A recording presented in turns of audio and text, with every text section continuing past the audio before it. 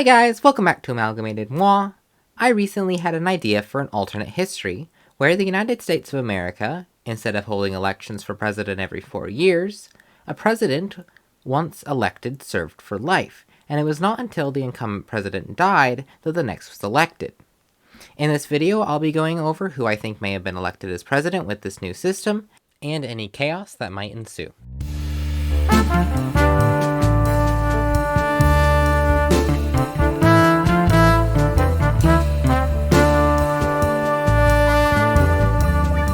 Before we actually get into the fun part, we need to lay down some ground rules. 1. Major events, such as the outcomes of wars and the establishment of countries, don't get impacted by this change. 2. We assume that the president lives for the same amount of time, with a few exceptions where assassination comes into play. And 3. We also assume that any positions that the presidents held before in their terms as president stay the same. So, since Herbert Hoover served as Secretary of Commerce in our timeline, he also did in this timeline, just not necessarily under the Coolidge administration. Now that we have some ground rules laid out, let's begin with George Washington, serving for 2 years longer, so not much change from our timeline. So next is John Adams, serving as president for 27 years, from 1799 to 1826. Also a fairly similar presidency, with the exception of Adams being quite cautious about the War of 1812, and certainly still being disliked by much of the nation. However, here's our first presidential change. Since Thomas Jefferson, the third president in our world, died just hours before Adams, he cannot be elected into office. So we'll have to go for the next best option, James Madison. This is a good time to begin this as well. I'll add a little sidebar here showing the presidents who will not be listed, and if they died during the incumbent president's term. So, for Madison's presidency, we have James Monroe. So no Monroe Doctrine in this timeline, not meaning that it didn't exist, but it may be the Madison Doctrine instead. Now is the fourth presidential election between John Quincy Adams and Andrew Jackson. Now, Jackson already was more popular in our timeline, and an elongated Adams presidency, JQA does not have much of a hope for being elected.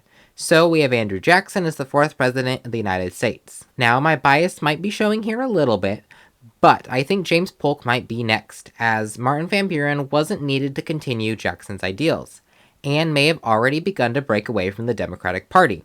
However, Polk would be a good option for a country that may want to continue under Jackson-style government, along with Jackson's death aligning well to when Polk was elected anyway.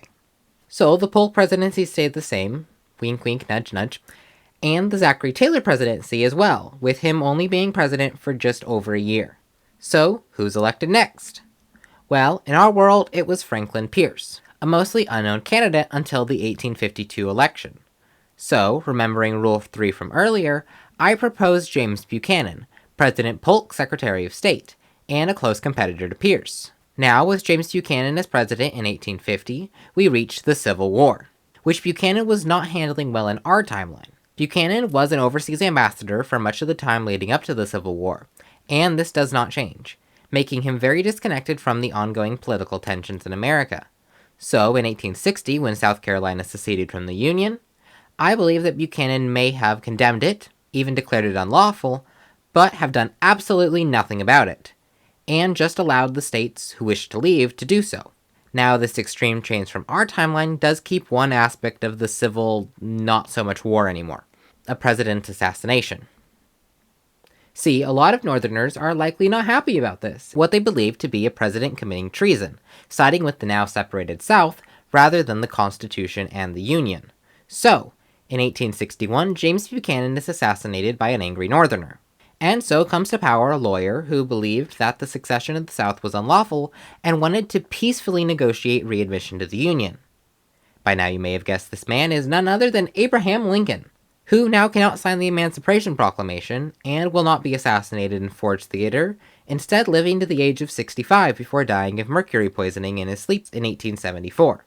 A 13-year-long presidency. Next is someone who was never president in our timeline, but Lincoln did believe would be a good candidate for the position. Speaker of the House Schuyler Colfax. In this world, the Credit Mobilier scandal was not discovered in time enough to impact the election. So, Schuyler Colfax is elected, and on July 2nd, 1881, at the Potomac Railroad Station in Washington, D.C., Colfax is shot by Charles Guiteau. believing that it was he, not Lincoln, that helped Colfax win the presidency. Sound familiar? Well, that's because of Rule 1. Major events can't change unless it's directly related to the president. And in this case, Guiteau was still mentally ill and would likely have still been critical of any president who was elected. So, President Colfax would be the second president in 20 years to be assassinated. Next up is the 1881 election between Samuel J. Tilden and Rutherford B. Hayes. Now, my pick here may surprise you, but Tilden was already quite popular in our timeline, and I think that he might run on reunifying the nation, as Lincoln's talks with the South did not result in the reformation of the Union, and perhaps also a return to the Democratic Party of Presidents Jackson and Polk, not Buchanan, who tarnished their reputation. And this promise to restore the Union and reverse the wrongs of the previous Democratic president, Samuel J. Tilden is elected as the 10th President of the United States, and is indeed able to readmit the South to the Union, as their economy was already nearly or completely bankrupt due to the popularization of synthetic fibers instead of cotton, and their needing to abolish slavery themselves as it was driving away buyers in Europe. So Tilden at his death in 1886 may have been looked at fondly by both the North and the South as a reunifier of the nation, a man who resurrected the dead Democratic Party, and the savior of the South's economy.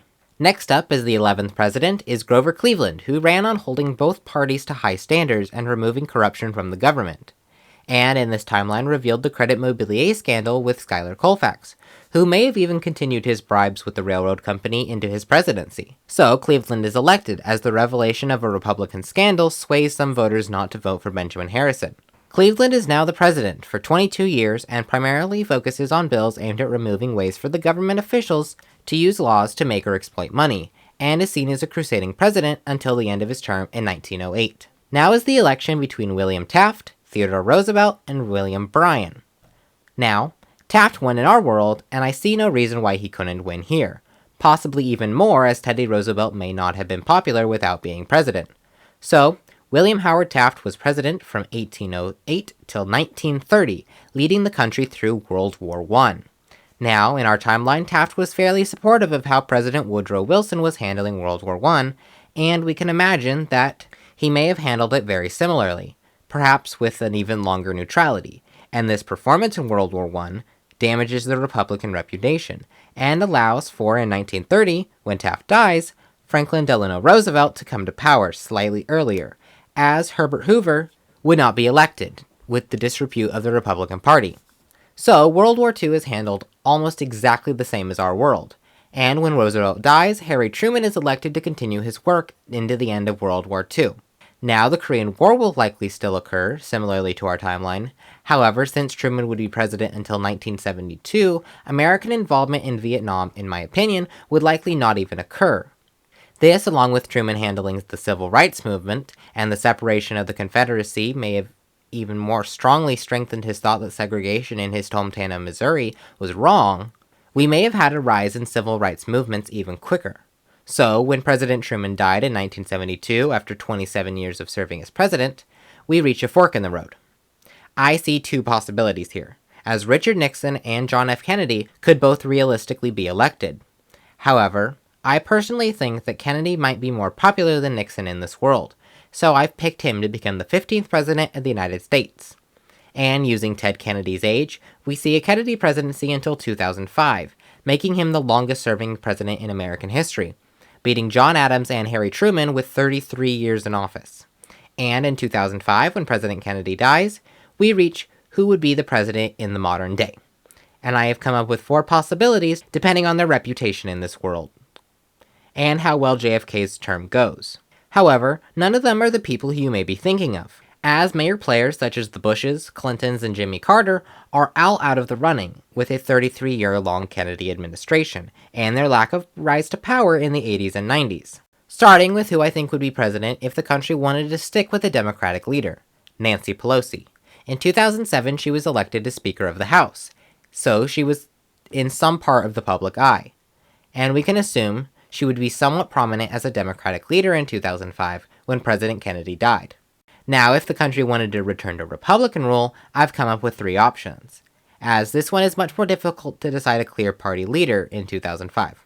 First is the one who I think is least likely, but still possible, Ted Cruz, who was serving as the Solicitor General of Texas at the time, and wasn't quite in public view. However, that could end up being helpful to him in the election depending on the other candidates' reputations. Second is Mitt Romney, who was serving as governor of Massachusetts at the time, and even ran for president in the 2008 election.